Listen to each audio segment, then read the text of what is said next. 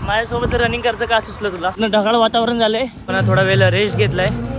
गोल आहे हाफ मॅरेथॉनचा. तर आज आपला हे हा डिलोड वीकचा थर्ड वीकमध्ये आपण 2%नी वाढवलं आहे इझी जॉगिंग, जे आपण करणार आहे 14 किलोमीटर. लास्ट वीक 12 किलोमीटर केलं होतं.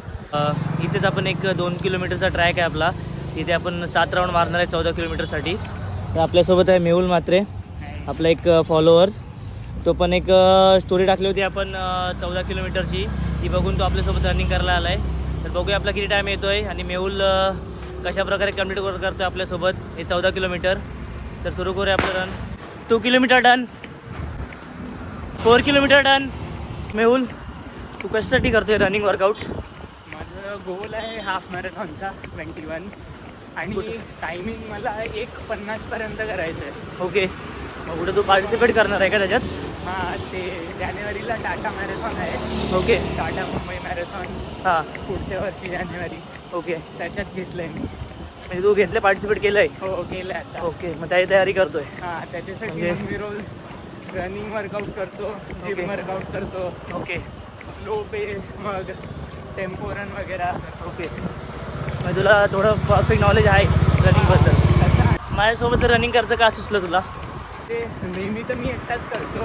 ओके, तर मी बघितलं की तुम्ही पण माझ्या इथेच राहता, हां तुमचा पण चांगला गोल आहे असा, हां, तर मग सोबत कोणी ट्रेनिंग पार्टनर मिळाला तर तेवढा पुश मिळतोय. ओके, ते पण बरोबर आहे. पण थोडा वेळ रेस्ट घेतलाय. बघू शकता मेहुल थोडा त्याला तहान लागले तर तो पाणी घ्यायला गेलाय. काय माहिती काय आहे, पण जेव्हा पण माझ्या फॉलोअर्ससोबत इझी जॉगिंग वर्कआउट सुरू करतो किंवा करायचा विचार करतो तेव्हा पाऊस येण्याची शक्यता असते असं वाटतंय मला.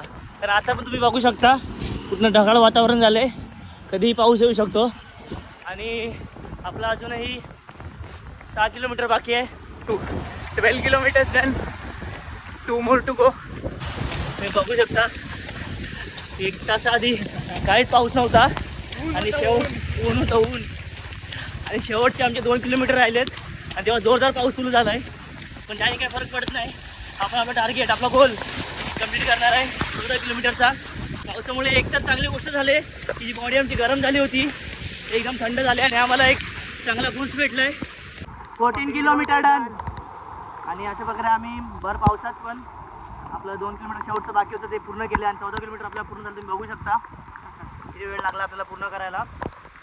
तर मेहुलनी मध्ये रेस्ट घेतला एक छोटासा, कारण त्याला ती सवय आहे मध्ये थोडंसं वॉटर ब्रेक घेण्याची, पण तरी त्याने ते कंप्लीट केलं आहे, तरी सोडलं नाही.